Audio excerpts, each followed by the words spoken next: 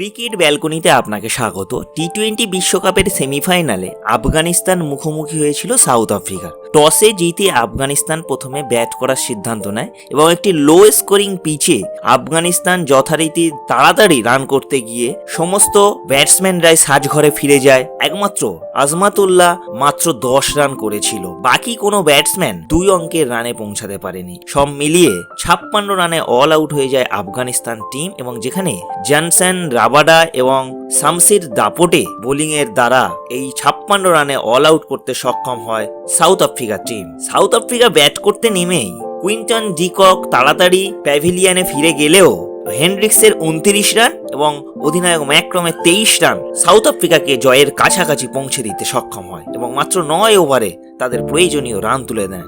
আর south Africa এই প্রথমবার আইসিসির কোনো টুর্নামেন্টের ফাইনালে উঠে ইতিহাস তৈরি করলো। এতদিন বিশ্ব ক্রিকেটে তারা চোকার্স হিসেবে তকমা নিয়েছিল, আজ এই প্রথম বিশ্বকাপ ক্রিকেটের সেমিফাইনাল থেকে ফাইনালে উঠে তারা ইতিহাস তৈরি করলো এবং সেই মিথ ভাঙলো। তাই প্রথম সেমিফাইনাল ইতিমধ্যে সম্পন্ন হয়ে গেল, দ্বিতীয় সেমিফাইনাল ভারত এবং ইংল্যান্ডের মধ্যে। তাই সাউথ আফ্রিকা যেমন ফাইনালে পৌঁছে গেল, অন্যদিক থেকে ভারত এবং ইংল্যান্ড কোন দল ফাইনালে পৌঁছাবে সেটাই এখন লক্ষ্য রাখছে ক্রিকেট বিশ্ব।